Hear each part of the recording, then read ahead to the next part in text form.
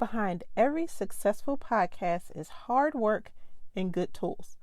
Now, there are a lot of podcasting tools out there to help you create, edit, and publish your episodes, but it can be hard to cut through the clutter. So today I'm going to share information with you about the tools that I use behind the mic to bring this podcast to you every week. Hopefully it'll help you narrow down the choices because it can be a bit overwhelming. Now keep in mind, all tools are not created equal.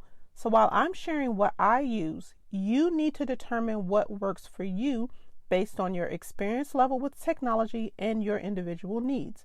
So grab a pen and paper so you can take notes and look closer at the tools that you're thinking about using to produce your podcast. Welcome back to the More Than Capable Mompreneur podcast. I'm Shannon Baker, a coffee-loving mompreneur that started as a virtual assistant and turned into a total systems geek. And I want to help you shift your mindset and embrace your worthiness while creating systems in your business so you can be more productive and build success on your own terms without the mom guilt. Are you loving that? Well, I hope you're ready for real conversations that will help you beat the perfectionist inside, rediscover your strengths, and up-level your self-love in the mom cracks of time so you can stop letting fear hold you back because you are enough and you do enough. We are more than capable mompreneurs. So grab your cup of coffee, some sparkling water, or pour a glass of your favorite wine and let's dive in. So let me just start by saying I'm very excited because I love talking about tools. So today you're going to get a peek at some of the tools that I use behind the mic to produce this podcast. Now, I did a similar episode before and shared 5 of my favorite tools that I use in my business overall. That's episode 14 if you want to check it out. Some of them are on the list today, but not all of them because some are very specific to podcasting. Now, before I tell you more about the tools that I use, I have a disclaimer. All tools do not work for everyone, so you need to determine what tool works for you. Make sure you review your tools and your processes at least once a year to make sure things are still working efficiently and correctly. Now, most of the tools that I'm going to share have a free version, so you can kind of kick the tires, and I say that in air quotes. And then there are others that you can try for free for a few days, or just give it a try with the entry-level plan. So let's go ahead and start talking about the tools that I use and how I use them. Tool number 1, just use your phone to record. One thing you don't want to get hung up on is buying a bunch of expensive equipment to get started with podcasting. You have a mobile phone, so just use it. When I started this podcast, I did not have an external microphone. So I just practiced where I needed to hold the phone while recording to make sure that it had good quality sound. Now I do have an external mic, but it's a lavalier microphone that I plug into my iPhone or into my laptop, and it only cost me $13.99. I'm going to put a link to that microphone in the show notes if you want to purchase one for yourself. Tool number 2, Trello. Now, if you've been listening to this podcast for a while or we're connected online, you know I am a Trello geek. It's an amazing online project management tool that enables you to organize and prioritize projects. And since you can visually track the progress of your podcast episodes, the uses are endless.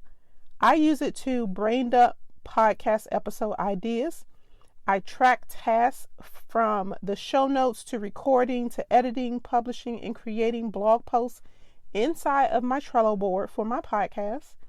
I have created a card template that I use for every single episode, whether it's a solo episode or a guest episode, and that contains a checklist so I can just check the tasks off as they're completed, which is very helpful when it comes to creating images and even content because I batch a lot of my work. Tool number 3, the Acuity Scheduling app. Now, Acuity is an online scheduling tool, and that's the one that I use, but there's Calendly and some other ones that you may use as well. But it's preset with my availability for all of my business calls. All I do is provide a link, and with one quick click Appointments are booked based on my availability without the back and forth messaging. It's synced to my Google Calendar, so my availability is in real time as long as I've done my part and kept my calendar up to date. I prefer to batch tasks for my podcast as well. So one thing I've done in my calendar on the back end is block one afternoon a week, which is when I record guest podcast episodes and do all things related to the podcast, like reviewing applications, creating show notes, some of those administrative tasks. I complete them in that one block. By the way, if you would like to apply to share your expertise on the show, there's going to be a link to my application in the show notes, so you can do that as well. Now, let me tell you how I have my Acuity set up for the podcast for guests. When they click the link to schedule a guest chat, all of the information that I need from the guest is collected for me. That's their bio, their headshot, a link to their website, a link to their freebie if they have one, links to their social media accounts, their mailing address, because I send little handwritten thank you notes in the mail, and they submit 3 to 5 questions that I use to help guide our chat so it showcases their expertise. Now, the automated reminders that go out are priceless. They provide quick reminders like have an external mic, put your devices on do not disturb, have water on hand, choose a confined space, and it includes a link to Zoom, which is how I record guest chats. And if a guest needs to reschedule, guess what?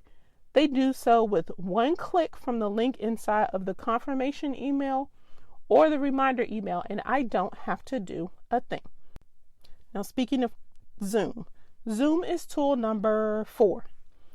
Everyone is familiar with Zoom by now. It's one of the most universal web meeting platforms that just about everybody uses, and it produces great audio sound.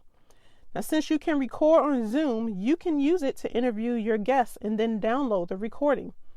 The best part is you don't have to spend time educating your guests on how to use it or asking them to create an account, because more than likely they're already using it.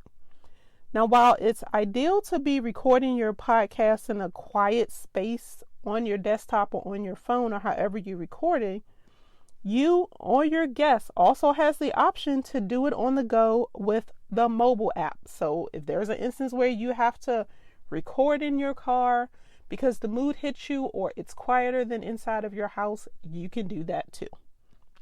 Now, tool number 5, once you've got everything all recorded, you need to do some editing, and that's where this tool comes in. Audacity.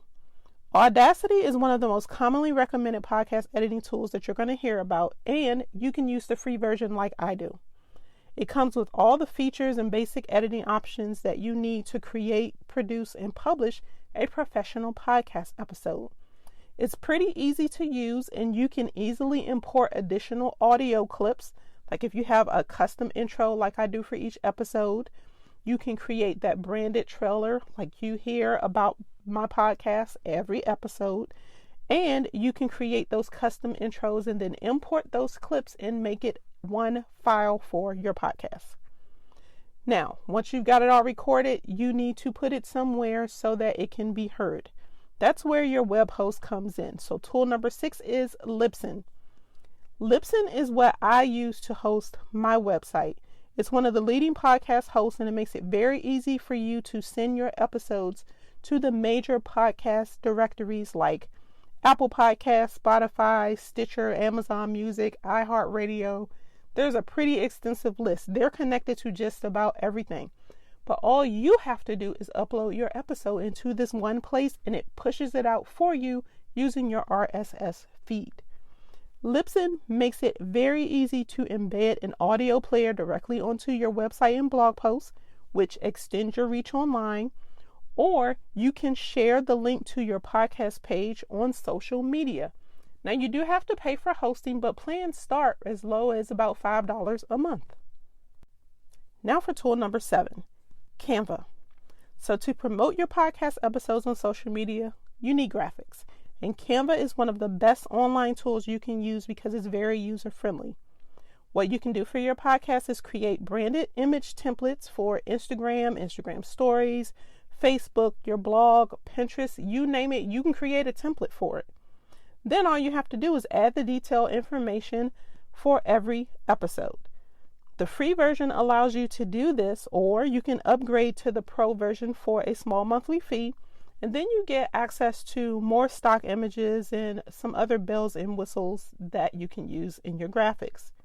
But there's also a mobile version, so you can access your account, your templates, your images while on the go.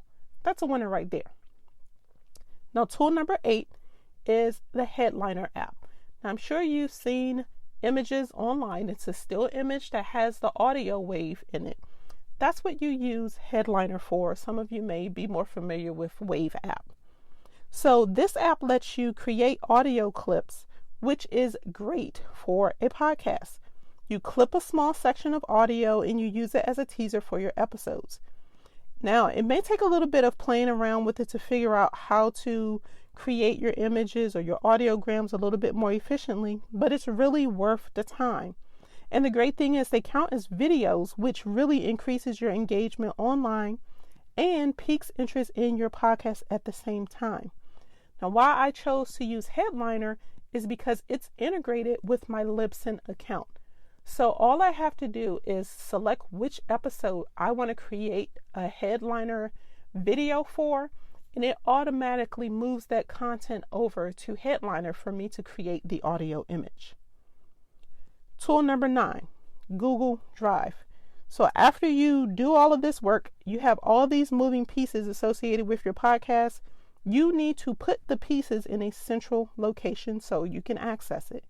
You've got show notes, transcripts, images, all those things. So create a folder for your podcast, then create a folder for every episode so you can organize things by the episode number and put the associated documents in there that go with that episode. And the last tool, number 10, is ConvertKit. So you need to keep in touch with your listeners, which is easy to do with ConvertKit, which is what I use for email marketing, but you can use whatever email marketing platform you like. But basically, you need to create an email sign-up form, add it to your website to collect your listeners' information and get them to subscribe to your email newsletter. Create custom email sequences that welcome your new subscribers to your podcast list. Introduce them to other products and services that supplement the valuable content that you share in your podcast episodes. So that was a lot in a little bit of time. And those are just a few of the tools that I use to produce my podcast every week. Now, if you have questions about using any of them or automating your process for booking guests on your show, send me a voice message so that I can respond to you on Instagram in stories, or even compile them and create a Q&A episode on the podcast. I'll put a link to my Speakpipe page in the show notes so you can record that message for me. Now, if you're looking for a course that will guide you through the launch process, I recommend you look at Podcast Pro University. That's the course that I took, and it's amazing. It walks you through naming your podcast, brainstorming episode topics, setting up some of the tools that I use and describe to you today, finding guests, and so much more. And I actually launched my podcast before I finished the course. My affiliate link for you to check that out is in the show notes as well. Now, if you want to know more about what life is like behind the mic of a podcaster, if you haven't already done so, go back and listen to episode 25, because I share some lessons that I've learned as a podcaster. In episode 50 is a panel discussion with 4 of my podcast besties, and we talk about our journey as podcasters, how it's benefited our business. We really pull the curtain back on life behind the mic. Links to both of those episodes are going to be in the show notes as well. So I want to thank you again for tuning in today and learning about some of the tools in my podcaster's toolbox. And until next time, keep calm and streamline.